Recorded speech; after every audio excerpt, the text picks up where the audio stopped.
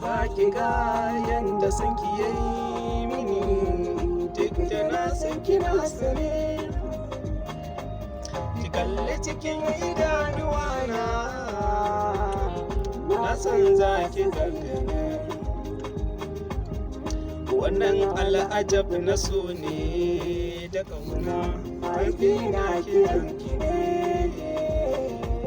Da na faɗa ki ji, ki bani agaji, in na rangaji, ki ɗan yi tsokaci, ki bani mahadi, a zancen na gaji, yau da fadi a so ba za ki labarin zuciya, ki zaɓi tambaya.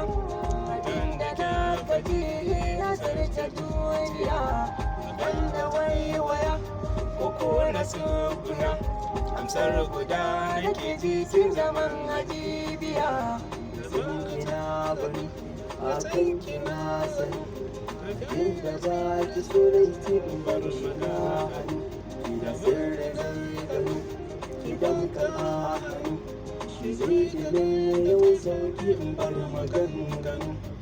Zo ni gaba da ni, ki zai ni lahani, ki fansara ruhi na ki tsaki na idani, bana ci ban gani, wa zai kula da ni, ki canja zama sabarin wa bar ni, na kula fice, suke ci zaci, wanda za na cinki cikin da za mu rikici.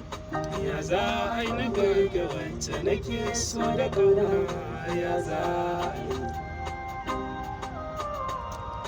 Ya za mai na sirrin da fahimce na sannan ba hanya.